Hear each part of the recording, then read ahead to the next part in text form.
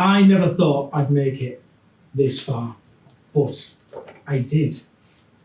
And the piece of artwork you see on the screen behind me, that represents my journey. Now I know I'm not much of an artist, but that means a lot to me, because that is something that I made as a part of my therapy for post-traumatic stress disorder. It shows a military figure stepping away from a dark and shadowy past and looking towards a brighter future. And that figure is me. Allow me, if I may, to set the scene. I served for 9 years in the Royal Air Force as a communications engineer. And in April of 2011, I deployed to Afghanistan. My job there was casualty reporting. This meant tracking and documenting the deaths and serious injuries, often with images and videos of the event, of soldiers, of civilians, and of children as well. Over the course of that 4 months, I witnessed more loss than many of us would see in an entire lifetime.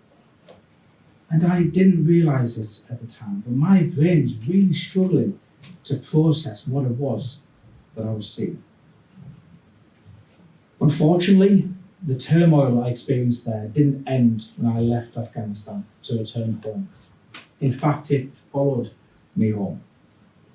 For me, the PTSD and the depression set in relatively quickly.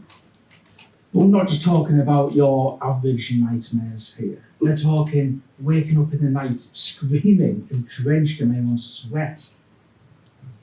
We're talking losing entire months of my life each year to crippling anxiety and pushing away the people who cared about me the most because I simply didn't know how to explain to them what was going on inside my head.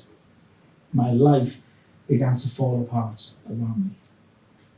Eventually though, I was medically discharged in 2017, and this is how it happened. One day, a military sergeant visited my house. She asked to see my military ID card, something which many of those in the armed forces hold quite dear. I handed it over and she cut it up. And just like that, I was out. And living life in Civvy Street doesn't come with an instruction manual. All too often when you leave the military, there were no phone calls to see how you are, how you're finding it, or how you're getting on. In fact, since that day, I've not heard a single word from my former employer. For all they know, I could be dead, and honestly, there were times when I nearly was.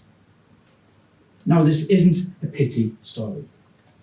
This is a call to arms, not for war, and we're very much done with that life, but for change. You see, stepping out of the military is like stepping out of a protective bubble and into a void. All that support, all that structure seems to just disappear. And then you're left with finding somewhere to live, finding a job, and finding a way to adjust to a life that you haven't known for potentially decades. And at this point, I'd like to ask you all 2 questions, if I may. The first is, if you or someone that you care about in your life has previously served in the armed forces, could I ask you to raise your hand, please? Okay, that's quite a few. Now, here's the second question. I'd like you to keep your hand raised if that person's exit from the military went absolutely fine, no problems, didn't need any support, or they wouldn't have benefited from any support. No hands. Clearly, this isn't about me.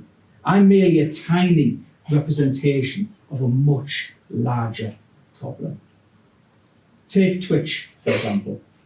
Twitch served for 23 years in the Royal Air Force in bomb disposal.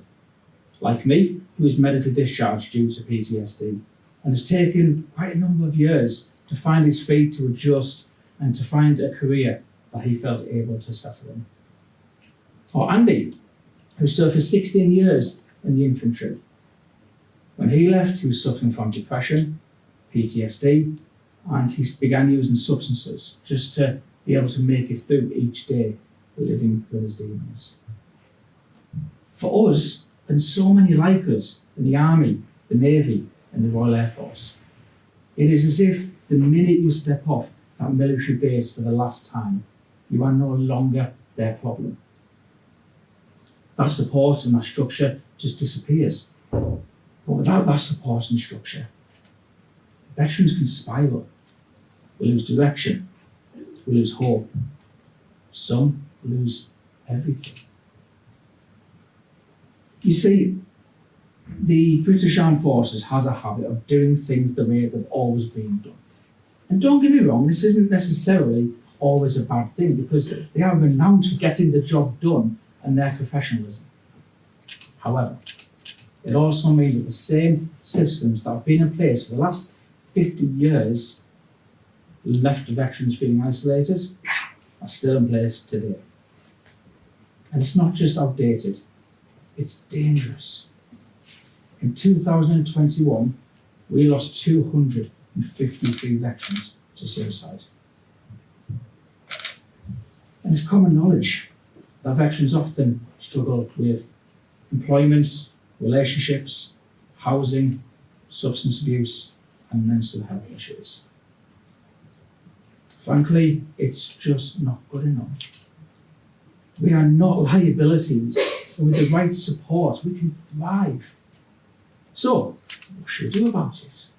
I believe it starts by understanding the journey of leaving the military, and then changing how we view veterans. So how about this for an idea? As a person is leaving the military, they receive in-depth mental health and general wellbeing assessments. Just open and honest conversations about what that person might need to successfully adjust in civilian life. And then after they've left, welfare calls from someone in their final unit, a week after their leave, then 3 weeks, 2 months, 6 months, and a year. These aren't therapy sessions, just simple conversations. How are you doing? How are you finding it? Can we help at all? Or did you know about this charity who could help? This isn't revolutionary. This is basic humanity. But as simple as it is, it just doesn't happen. And that's where the charities step in. But they are overwhelmed and underfunded. And can you imagine the devastation we could avoid if charities like Combat Stress, who've helped me so much, had the resources they needed to support every veteran who needed it? But this isn't just a government problem, it's a community problem. And that's where we, friends, family, and employers step in. If you have a veteran in your life, ask them how they're doing. Ask them how did they find the exit from the military. Ask them if there's any way you could help. Employers, make a genuine and honest commitment to support veterans in your employment. Recruit them, support them, ask them what might they need from you. If you're in a position to, make a donation to those military charities. The turmoil that veterans face isn't inevitable.